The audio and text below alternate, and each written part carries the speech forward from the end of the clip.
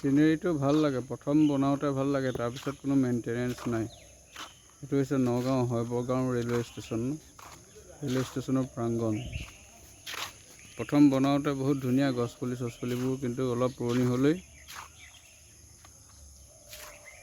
ভাল নকৰে আৰু, কটা ধুনীয়া নকৰে আৰু, অৱস্থা নাইকিয়াকৈ থৈ দিয়ে। আৰু এইটো ৰেল ষ্টেচনত মাত্ৰ দিনটোত এখনেই ৰেল অহা যোৱা কৰে।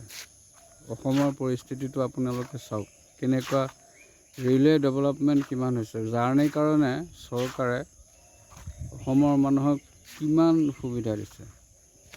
কলং পাৰ্কখন ৰাতিপুৱা 6:30 আহিব, গুৱাহাটী যাব, আৰু ৰাতি ঘূৰি আহি 9:30 গুৱাহাটী পায়হি, শৈবগাঁও পায়।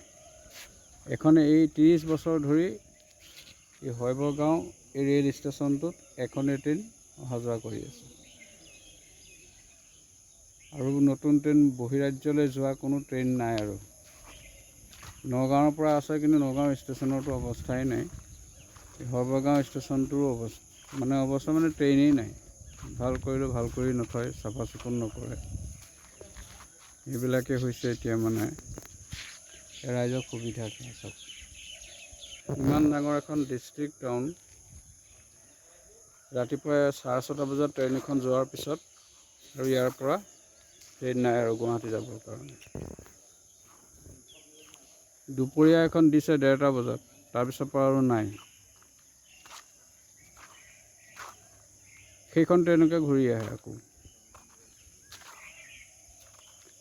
গতিকে মাত্ৰ এনেকৈ এখন দুখন ট্ৰেইন দি